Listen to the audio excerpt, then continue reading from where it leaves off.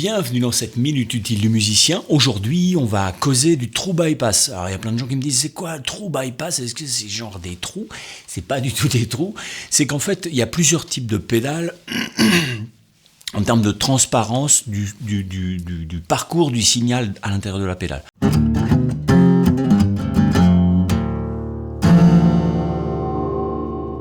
Il y a des vieilles pédales que j'ai aussi qui ne sont pas trou bypass. C'est-à-dire que quand votre signal rentre dans votre pédale, par la connectique, elle passe forcément par le circuit. Le circuit, alors c'est composé de plein de merdier là-dedans. Moi, je ne suis pas électro. Mais le signal passe forcément par le circuit, que votre pédale soit allumée ou éteinte. D'accord ? C'est le cas de certaines vieilles pédales. Moi, j'en ai une qui me suit.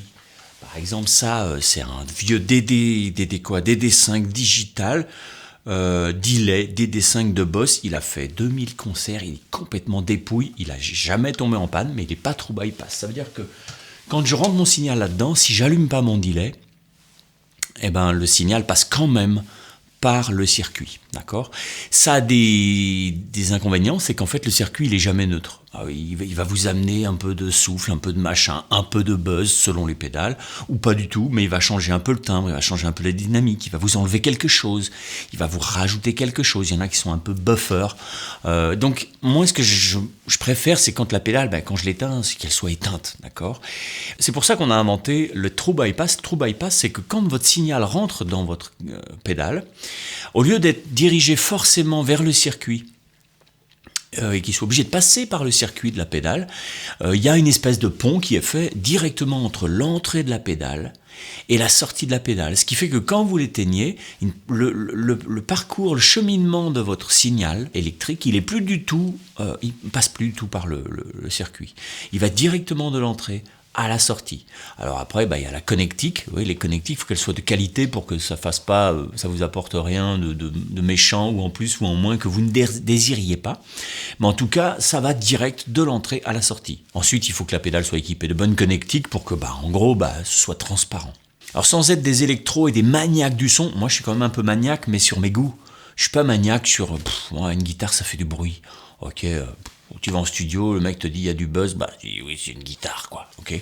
Alors on essaye de l'imiter un peu en gros, mais j'ai aussi des potes qui sont électro, qui ont des super connaissances en machin, et puis qui n'ont pas un bon son. Donc ça va dépendre, et puis j'en connais des électros qui ont un super son, mais ça va dépendre vachement de qu'est-ce que vous cherchez, qu'est-ce que vous avez à gérer au quotidien. Si vous avez une pédale qui n'est pas true bypass, franchement, pas de problème. La mienne, elle me suit partout, parce que j'emmène pas mon bodyless Strymon à 500 boules partout, sur n'importe quel plan, d'accord ? Il est plutôt dans mon pedalboard, et, je fais un peu gaffe. Ça, je m'en fous complètement. Ce truc-là, il a vu des averses, il a été sous la neige, il a joué partout. Et il marche encore, d'accord ? Donc du coup, ça m'intéresse bien d'avoir cette pédale qui est toujours là pour moi. Ça fait 30 ans qu'elle est là, ou 20 ans, je sais plus combien. Et elle est nickel. Elle est pas true bypass, tant pis. Sachez que si c'est pas true bypass, c'est possible de le faire modifier par un électro. Un mec peut vous rendre une pédale true bypass, ça se modifie. Ça doit coûter un petit peu de sous, évidemment, parce que les mecs bossent pas gratuitement. C'est dingue. Et puis, l'autre solution aussi, c'est d'avoir... Parce qu'une pédale pas true bypass, ou deux, alors pourquoi pas ? Pourquoi pas ? Si vous en avez 7, 8, 9, 12, alors ça peut commencer à craindre vraiment. Ça dépend du système de courant aussi de l'endroit, mais ça va dépendre de votre câblerie. Si vos câbles sont complètement armoires, alors du coup ça peut vous amener plein de merde. Mais c'est vrai que si tu passes dans un circuit, puis un autre circuit, puis qu'à chaque fois ça modifie un petit peu, à chaque fois ça t'enlève un peu des aigus, un peu machin, ça te rajoute ci, ça t'enlève ça, à la fin ton son, c'est plus ton son. Voilà. Donc moi qui suis un peu maniaque sur ce que je veux, pas sur la qualité des choses, mais sur ce que je veux, pour pouvoir m'exprimer, c'est la moindre des choses, je sais que dans ce cas-là, il faut alors soit avoir des pédales true bypass, mais quand ce sont des pédales qui sont pas true bypass et qui vous intéressent, il faut pas hésiter à se prendre un looper. On en reparlera, le looper, c'est pas le truc pour faire des boucles, c'est pas le machin qui te met en boucle la musique. Un looper, c'est un machin qui t'allume ou non certaines pédales, certains circuits. On en reparlera. Sérieusement, moi j'en ai un de chez Gig Rig, le mec s'appelle Daniel, c'est c'est un phénomène, et c'est un génie de l'électronique, et il fait du matos fabuleux. Si vous en avez marre d'avoir des buzz et des machins, allez voir son matos, Gig Rig, je vous le note ici. Daniel, il est charmant, il répond aux mails, mais c'est un mec fabuleux, et il a des produits un peu chers, mais parce que c'est de la qualité summum. C'est summum qualité. T'as des immenses guitaristes qui jouent avec son matériel parce que c'est franchement le super top.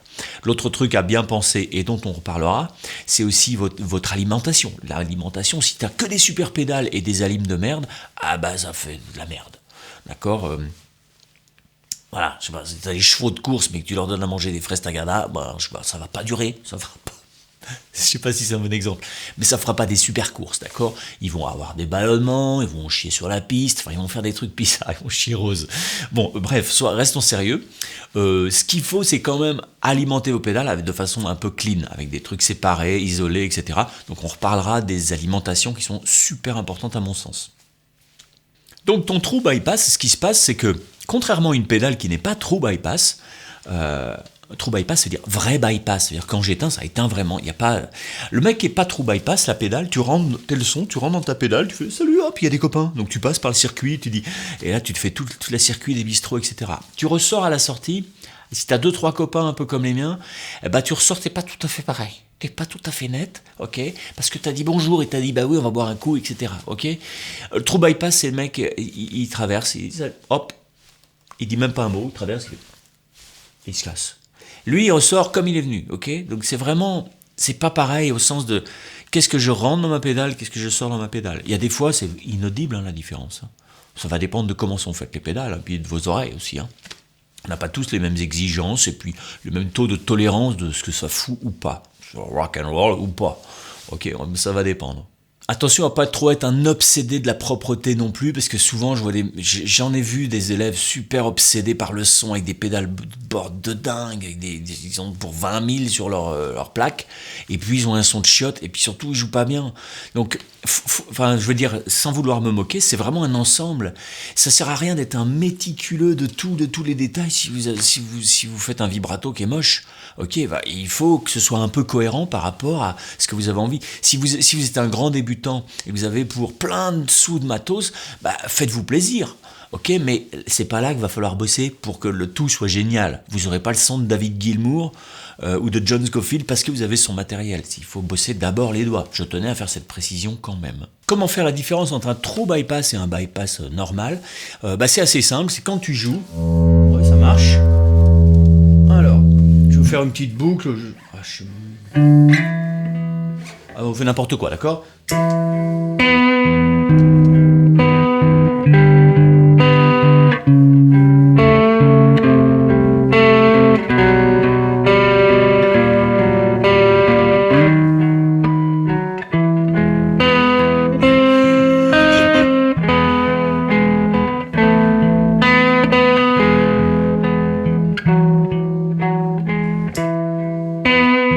Voilà, je vous mets ça en boucle. Une pédale true bypass, c'est simple, quand tu l'éteins. Au passage, j'adore cette pédale. C'est une pédale fabuleuse de chez Beau Effect qui s'appelle l'Oxy Drive. Je vous en reparlerai parce que c'est vraiment une grande pédale. Le true bypass, c'est simple, c'est que quand je baisse un peu le niveau, quand elle est éteinte, si tu enlèves la lime, ben ça marche quand même. Ok, ça veut dire que en fait, ce qui se passe, c'est que le signal, il s'en fout du circuit qui n'est pas alimenté. Le circuit cesse d'être alimenté, il s'en fout, il passe pas dedans, il passe direct. Donc du coup, elle marche. Si jamais on fait avec une autre pédale, effet spécial.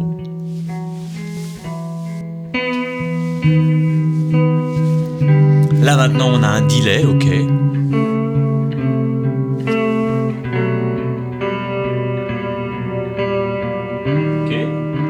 Si je l'éteins et que j'enlève la lime,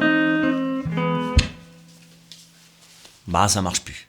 Donc ça veut dire que comme mon signal doit passer par le circuit, si ce circuit n'est plus alimenté, j'ai plus de signal. Donc pour voir si vos pédales sont true bypass ou pas, c'est simple, prenez une pédale, vous l'éteignez, il ne faut pas qu'elle soit active, parce que si elle marche, ça veut dire que ça dirige vers le circuit qui n'est pas alimenté, auquel cas vous n'aurez pas de son.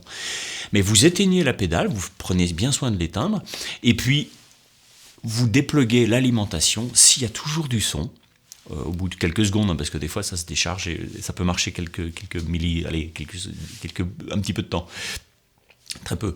Mais du coup, ce qui se passe, c'est que si vous dépluguez l'alimentation, débranchez l'alimentation et que ça marche encore, ça veut juste dire que c'est une true bypass. Si au moment où vous enlevez la lime, il n'y a plus de son, c'est que c'est pas une true bypass. Essayez quand même de ne pas avoir 14 000 pédales qui ne sont pas true bypass, à part si vous avez un looper, et auquel cas je vous reparlerai de ce matos. Voilà, true bypass, c'est juste ça. Mais il faut déjà y penser, parce que quand on achète ces pédales, si on n'y pense pas, à la fin on se retrouve qu'avec des pédales qui... C'est pas qu'elles vont pas ensemble, mais c'est qu'il va falloir quand même investir dans un looper. Il y en a des pas chers, mais les pas chers, ils sont pas bien. Généralement, un bon matos, c'est vite cher dans la musique, hein, c'est comme dans les bagnoles, hein, les bonnes bagnoles un peu fiables, un peu solides, généralement c'est plus cher. Enfin, j'y connais rien en voiture. J'espère que ça vous aidera si vous ne saviez pas ce que c'était. En tout cas, c'est un des facteurs qui est important à voir avant d'acheter des pédales. Donc, au lieu de vous commencer à vous parler de plein de trucs, j'ai voulu commencer par ça. On essaiera de faire chaque semaine une minute matos, et puis comme ça on va bien s'amuser à essayer de regarder. Je vous présenterai mes pédales préférées, je vous présenterai pas des pédales que j'aime pas, parce que j'ai un peu autre chose à foutre. Je préfère vous parler des choses chouettes et qui peuvent vous inspirer. Ce ne sont que mes avis, évidemment, hein, c'est pas une vérité. Hein. Moi, je pense le monde en termes de créativité, pas de vérité. L'autre truc, c'est que vous pouvez vous former sur les intervalles et le system cage, si vous voulez vous dire, j'aimerais bien arriver à tout analyser. Si vous regardez mes vidéos, que je vous parle de B5 et de B7 et de P5 et de machin, et que vous comprenez que dalle, c'est que la brique qui vous manque, c'est les intervalles. C'est ce qui va vous permettre de tout analyser, tout comprendre de ce que vous jouez, vous dire « Ah, mais ça y est, je comprends pourquoi je joue ça depuis que je suis né. » Ok, ou un peu après. Allez, n'hésitez pas à aller voir, le lien est dans la description, vous allez voir, c'est une formation fabuleuse, j'ai bossé comme un taré. On s'inscrit, on s'abonne, on clique sur la cloche pour être prévenu dès que je fais une nouvelle vidéo, et puis on kiffe la life. Bye bye. Ciao.